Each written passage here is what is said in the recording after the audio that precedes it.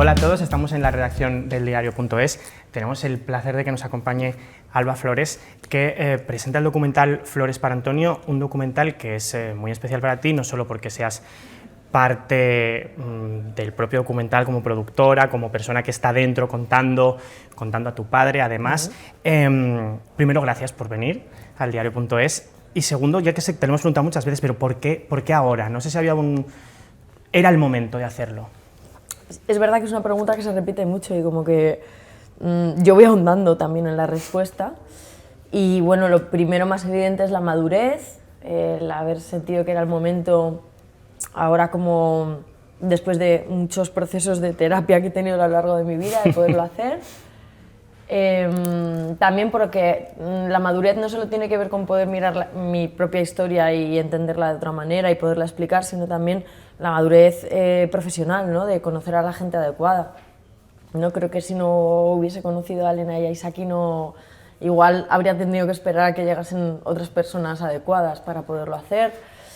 Y creo que es una mezcla de todo eso, ¿no? Del camino vital y estar en un momento personal para poder mirar, y también el camino profesional.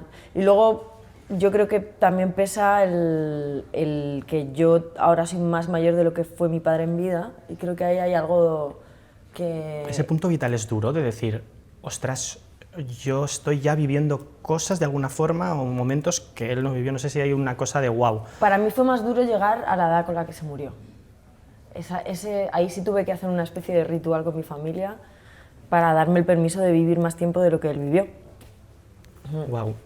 Aparte de eso, tú grabas cosas con tu camarita dentro del documental. ¿Por qué surge también esa necesidad de alguna forma? No sé si es como yo también soy parte de este proceso creativo y también si te ha picado el gusanillo de coger esa camarita y grabar. Bueno, lo raro es que no haya cogido la camaraza, que también me apeteció en algún momento, pero esa camarita en realidad era la High 8, famosa. Era una cosa continuista, ¿no? De lo que hacían mi padre y mi tío Guillermo en su época, ¿no? Que era pues ya empezarlo a registrar todo, y de alguna manera nos gustaba. Elena Molina, la directora, también es muy de usar la High 8, y a Isaki, Elena y a mí nos gustaba como que eso continuara y que fuese como una especie de... A veces la cojo yo y a veces no la cojo yo.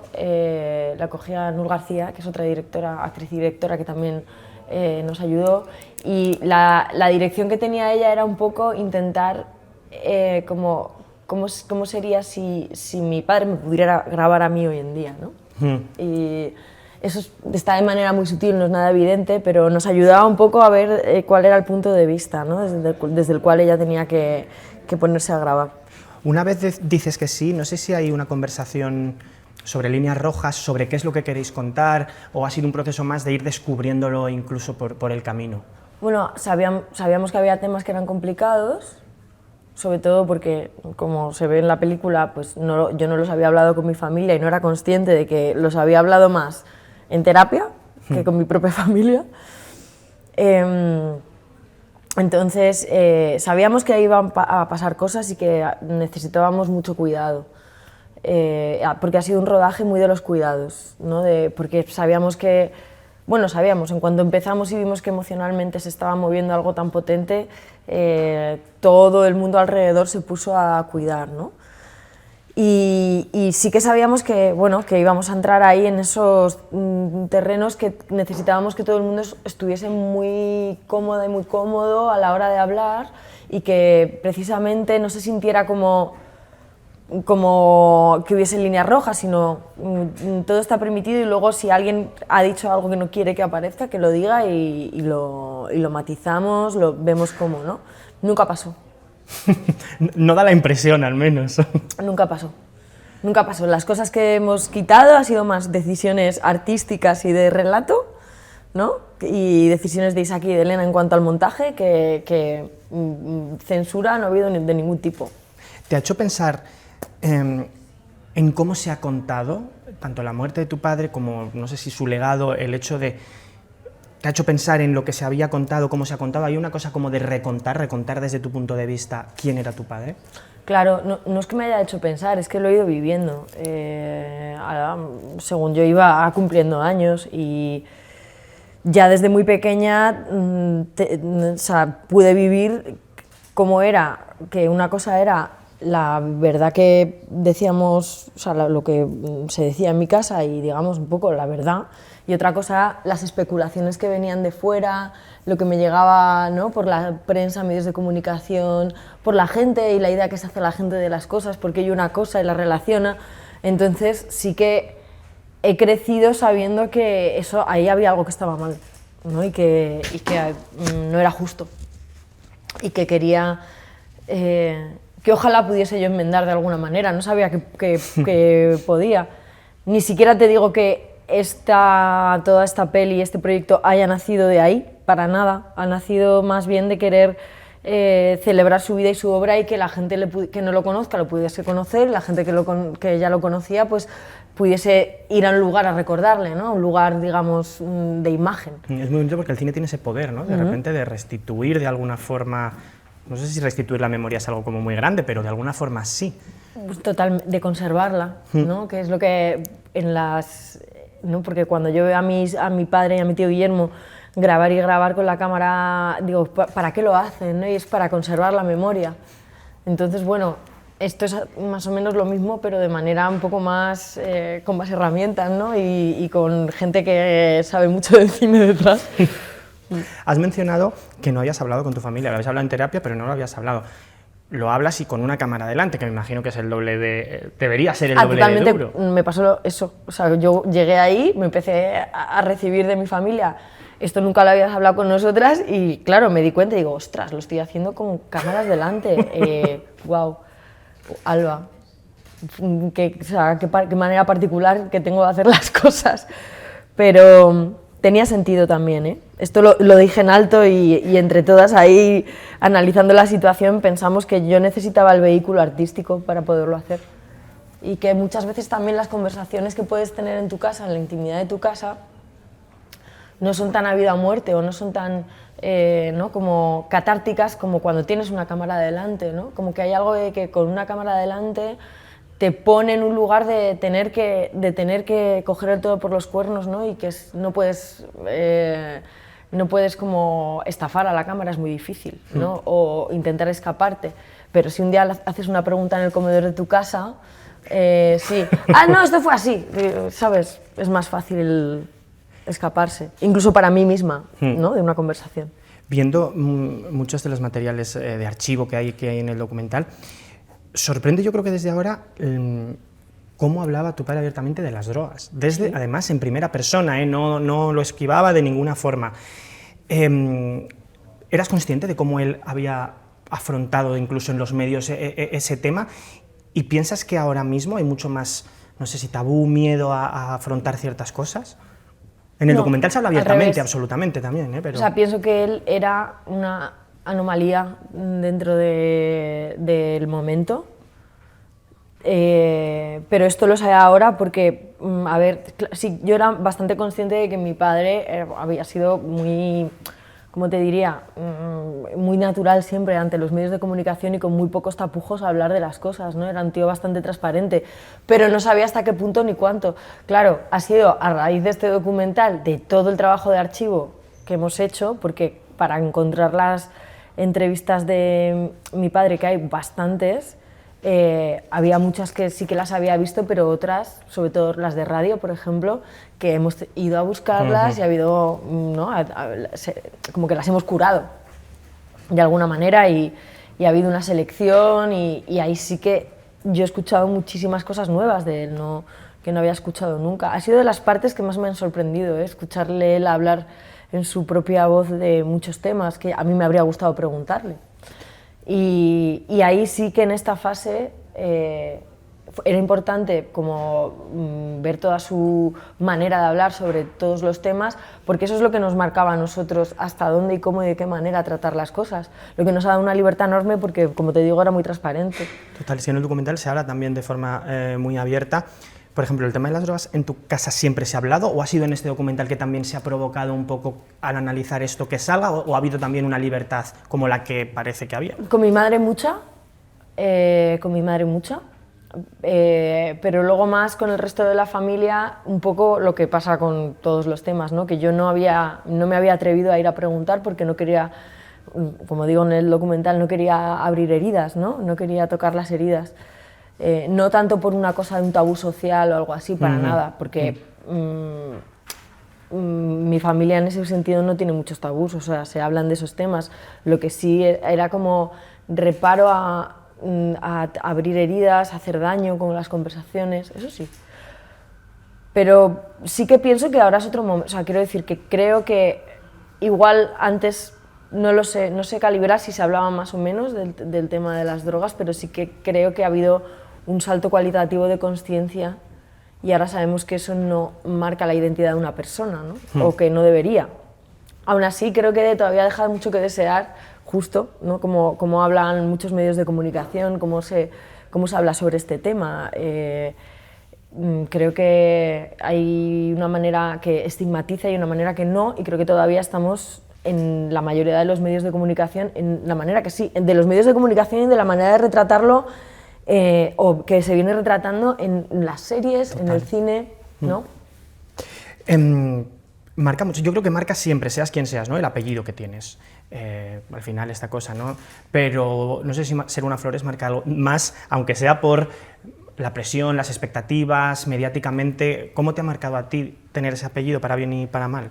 Yo siempre digo que es como, o sea, es como cuando alguien es muy conocido en su pueblo y es un pueblo pequeño, pero a nivel del Estado, ¿sabes? Es un poco eso, porque la gente me trata, o sea, yo también veo cómo tratan a compañeras y compañeros, ¿no? Que son conocidos y tal, y creo que una diferencia es como que a casi todo el mundo le parece que soy de su casa o de su barrio o de su pueblo de toda la vida. La mayoría de la gente, para bien, y alguna gente también con sus prejuicios, claro, pero sea como sea, para bien o para mal, es una cercanía muy ya, ¿no? Como que está ahí de antemano con la gente. Y es que, te lo conté en San Sebastián en la entrevista, yo me acuerdo que en mi colegio, cuando se murió Lola Flores, se nos contó en clase. Ah, o sea, a los niños. Eras tú el que me contó eso. Que me pareció, ¿sabes? Es como si se hubiera muerto el rey, quiero decir. O sea, de repente se dio una noticia porque era importante para todos y yo creo que es la única vez que se ha hecho algo así. Wow. Claro, eso imagino que marca, pero no sé si también el arte se hereda, no sé, es otra pregunta que yo me planteo viendo el documental, porque claro, todos de alguna forma, casi todos habéis acabado... Yo pienso, me lo he preguntado porque es una pregunta que también me hacen, sobre todo lo que se hereda, o en mi caso lo que yo siento que hemos heredado en la familia es una escala de valores. No sé si el talento también se hereda o no, ¿vale? Eso lo pongo ahí aparte, puede que sí, puede que no, no lo sé. Igual que los ojos azules, yo que sé, hay gente que lo no, es como, esto pasa mucho, que de repente toda tu familia tiene los ojos azules y tú marrones porque tenías una abuela que, pues...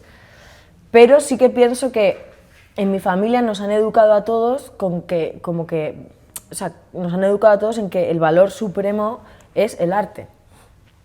Y buscar la sensación, esa sensación de duende con el arte, ¿no?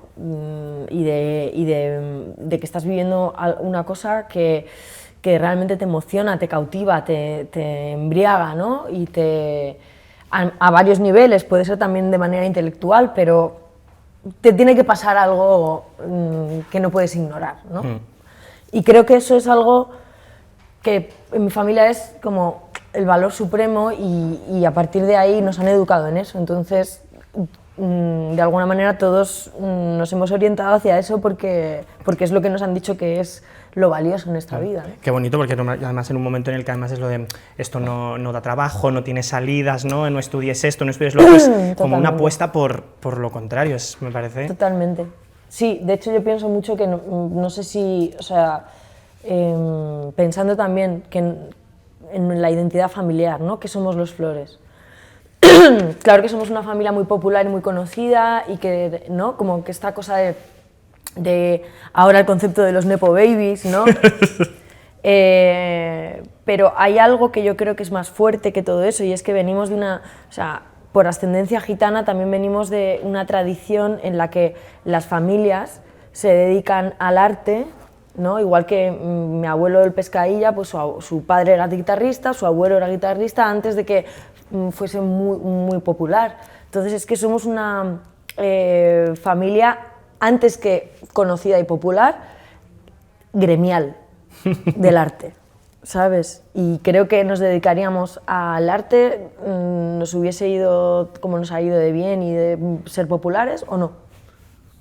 Has mencionado eso de la ascendencia gitana, que también tu padre era algo que dignificaba, no dignificaba, no es el verbo, pero al revés, que hacía gala de ello, que lo defendía muchísimo en un momento en el que también podía ser más visto, igual que ahora sigue estando claro, más pero visto. porque eso también dentro de mi familia, ¿no? En los valores de los Flores, esto está siendo muy gracioso, pues dentro de esto, ser gitano es la hostia, quiero decir, ¿no? Como que a nosotros nos han educado en que qué suerte tenemos de tener ascendencia gitana, ¿sabes? Y yo recuerdo, yo misma, me imagino que a mi padre le pasaría lo mismo y a mis tías, el choque cuando empecé a ver, ya con un poco más de uso de razón, que en el colegio y tal, que eso a alguna gente le parecía una cosa peyorativa o mala, porque nuestra percepción es que teníamos suerte, porque qué especial, ¿no? Y es una cultura bonita, que defiende la libertad, el arte,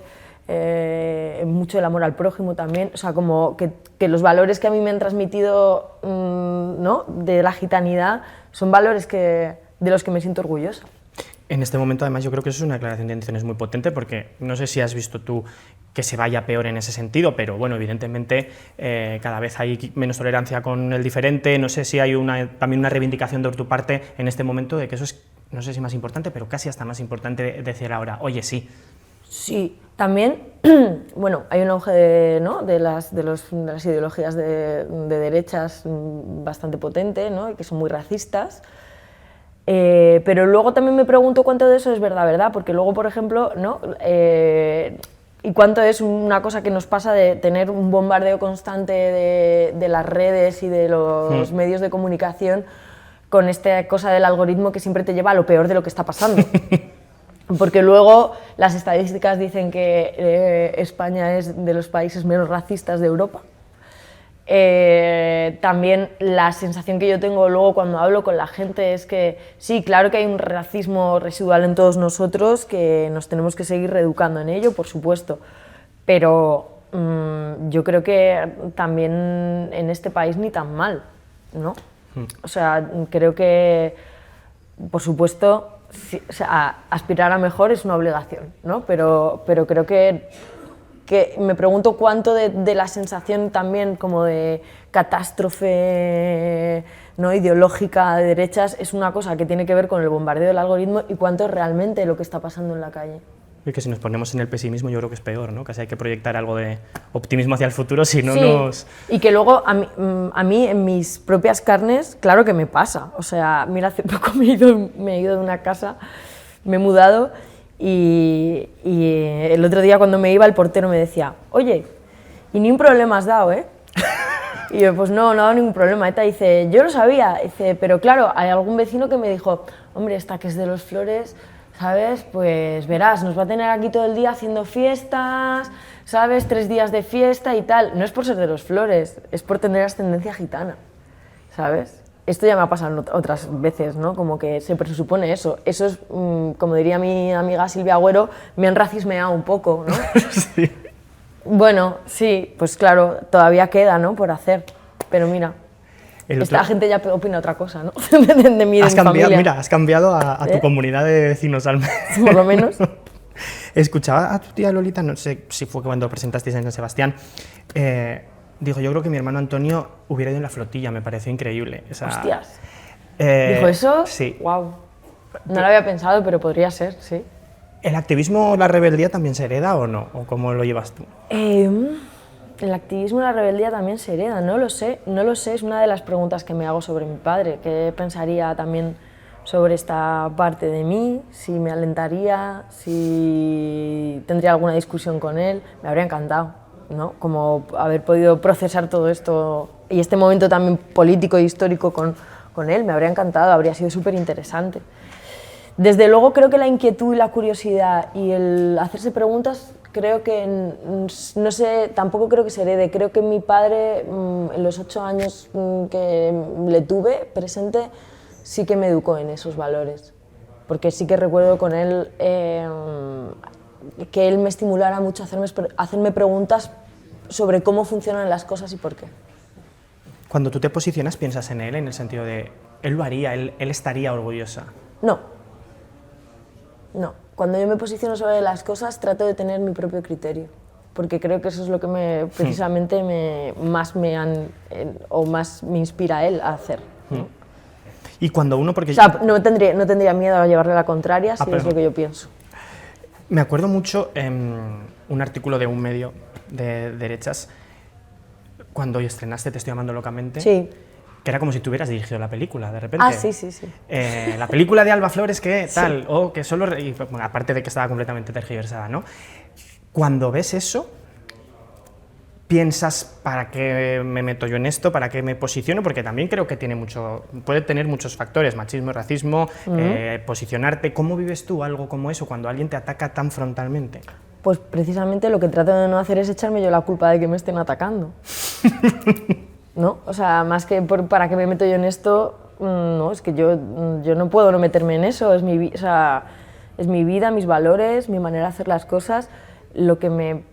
Claro, ahí lo que me resulta más impactante es la impunidad para mentir que tienen algunos medios de comunicación y algunas personas, y cómo eso cala en la gente, ¿no? Como que yo veo desde mi lado como, pues eso, una fake news de repente se viraliza, ¿no? Y se convierte en verdad para muchas personas.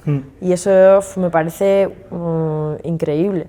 Esto pasa mucho con el cine, ¿no? Y con toda esta cosa de las subvenciones. No solo me pasa a mí, o sea, le pasa a muchísima gente. En tu caso era sorprendente porque tú eres una actriz de una película, pero era como si fuera tuya, que tuvieras que es igual de injusto, ¿eh? Pero... Sí, la gente devuelve el dinero, ladrona, y yo, ¿qué dinero? ¿Qué dinero? ¿Sabes? No, es bastante impresionante. Sí, la verdad es que deberíamos hacer algo un poco más didáctico de explicarle a los espectadores y las espectadoras y el resto de ciudadanas y ciudadanos cómo funciona el cine y por qué funciona así. Yo tengo compañeros que lo han intentado, Juan Diego Boto, por ejemplo, que fue una de las personas que me llamó en ese momento, y que yo llamé como de, tío, esto te ha pasado a ti, ¿no? Le había pasado, creo que unos meses antes. Sí. ¿Qué hiciste, no? ¿Cómo se hace esto? ¿Cómo se saca a la gente de esta mentira o de este malentendido? Y él hizo un ejercicio didáctico en Twitter, además, en X ahora, ¿no? Explicando todo muy bien de cómo funciona el cine, ¿no? Que no es... Sabes que funciona así, vaya, no hay otra manera de poner las películas en pie. Entonces, bueno, yo decidí hacer caso omiso, porque también me parece que yo no tengo tan buena, no soy tan pedagógica como él, como Juan Diego, y por otro lado, otra manera para mí de luchar contra esto es no darles espacio en tu vida. Total. Ni gastar energía ni saliva, ¿no? O sea, poner esa energía mejor en hacer cosas constructivas que en intentar convencer al que no va a estar nunca convencido. Si se convence, se convencerá solo por lo que vayas haciendo, pero a mí me parece que hay veces que no sé hasta qué punto las batallas, depende de dónde se jueguen, están un poco como perdidas ya de antemano. En el documental aparece un poco la relación con los medios también, bueno, un poco no, es una parte importante.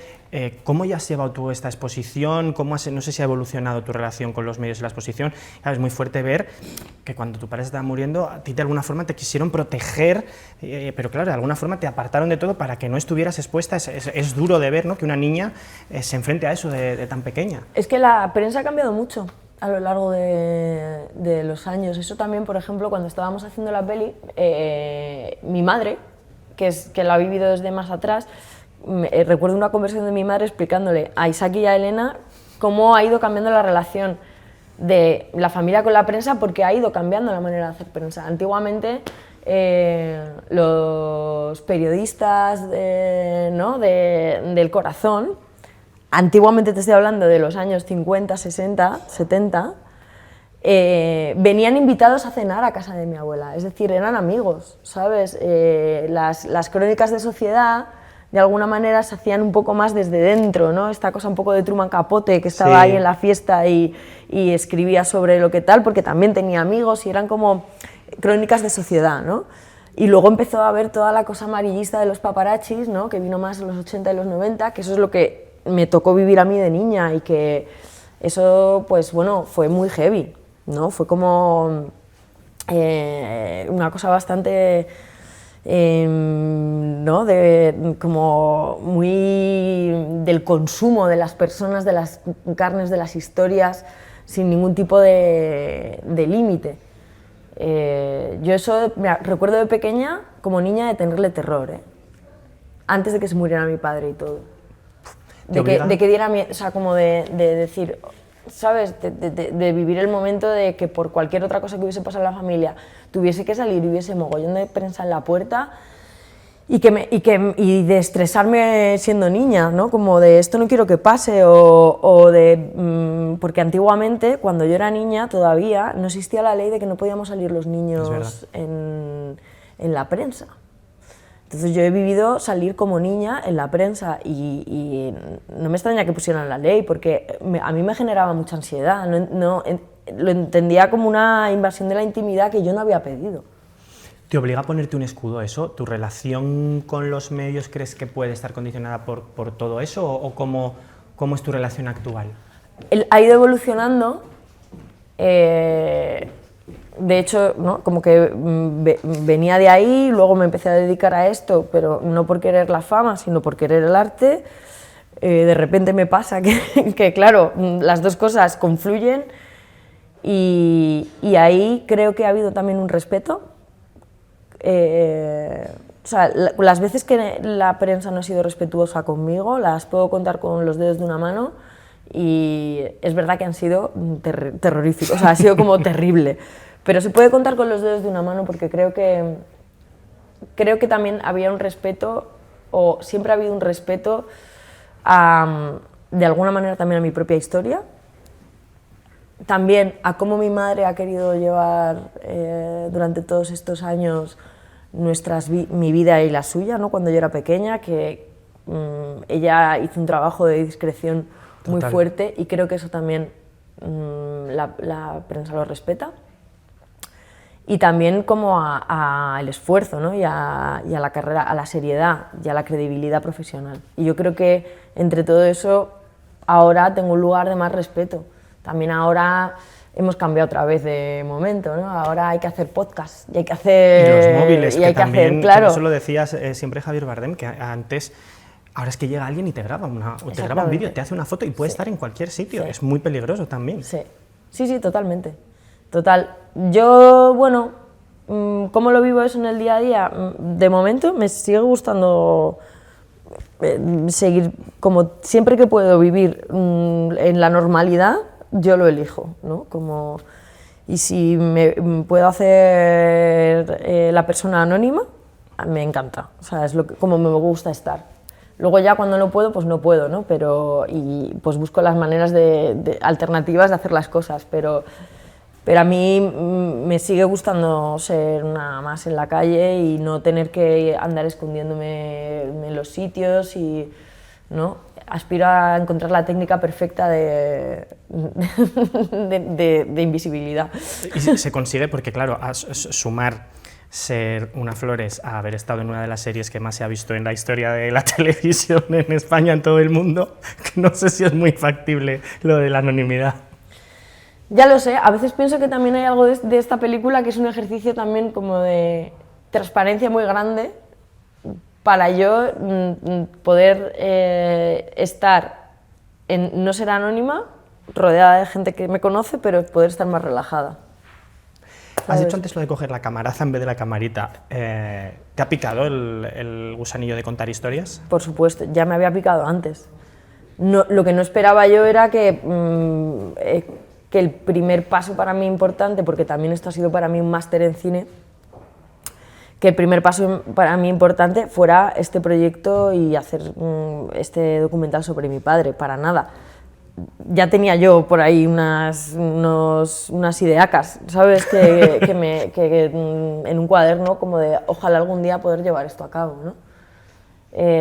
Así que esto es lo que no me esperaba, pero sí, desde siempre desde que empecé a trabajar como actriz y me di cuenta de que no me gustaba tanto que me mandaran, sino que... Mandar. No, tampoco mandar, co-crear. Me gusta mucho más, porque además rompe un poco con esta historia del cine, que siempre tiene que ser como muy, ¿no?, despótico. Por ahí hay mucho que investigar de cómo desjerarquizar un poco la manera de trabajar en el cine. En el teatro se sabe más de esto, pero precisamente esta peli, con Isaac y con Elena, ¿no?, al ser una codirección y luego yo que soy otra pata importante, porque claro, todo pasaba de alguna manera por mis manos, hemos vivido una cosa muy bonita de co-crear, de tomarlas de un espíritu de investigación muy curioso, de inspirarnos los unos a los otros. Ha sido precioso a ese nivel. Me acuerdo más que decías que cuando te ofrecieron o estabais hablando del proyecto, tú dijiste que lo haga Isaki, ¿no? Casi como un triple. Isaki luego es uno de los directores de la película. ¿Es el tipo de cine que te gustaría hacer, un poco lo que hace Isaki? ¿Es una influencia? He visto sus películas después. O sea, ¿y por qué Isaki? ¿Qué tenía Isaki? Porque le conocí a través de Silvia Pérez Cruz, porque me propuso participar en un videoclip de una canción que hizo ella en su disco Farsa, que la canción se llamaba Fatherless y era un poema de Silvia Plath, y yo le dije, sí, venga, lo hago. Lo va a dirigir Isaki y tal, es muy buen director, tal, y yo dije, sí, no he visto sus películas, pero sí quién es, me parece muy interesante, lo hago. Total, conocí a Isaki y me encantó la experiencia de rodar con él, me encantó su persona, o sea, como, qué guay es este tío, me encanta. Y nos vinimos arriba, hicimos más vídeos y fui conociendo un poco más a Isaki. Ya después vi sus películas, pero ya en el momento en el que lo conocí dije, este tío podría ser colega de mi padre, no sé, hay algo que me recuerda, como que me viene una energía así parecida, porque Isaki en el fondo es músico. De hecho, ahora va... Sí, o sea, en realidad es músico. Y entonces hice match por ahí. No, para mí no fue tanto una cosa de que es uno de los mejores directores que tenemos en este país, que también, pero fue más una cosa del trato personal. ¿Y qué historias te gustaría contar? ¿Lo has pensado o no? Hay muchas, no sé si crees que hay historias que no se han contado y que a ti te gustaría contar. Hombre, sí, muchas, no te las puedo decir porque a ver si me lo pueden copiar. Copyright ahí. Claro, pero sí, creo que lo que también he aprendido con esto es que cuando te atraviesa de alguna manera la historia y cuando también es algo que realmente sientes que esa historia es necesaria, no porque puedes, sino porque lo necesitas, eso tiene mucha enjundia, salen las cosas, la gente le gusta y es una de las lecciones que he aprendido de este proyecto y probablemente por ahí siga tomando las decisiones, algo que me atraviese y que para mí sea necesario. Pues Alba Flores, muchísimas gracias, ha sido un placer absoluto. Gracias. Gracias. Muchas gracias.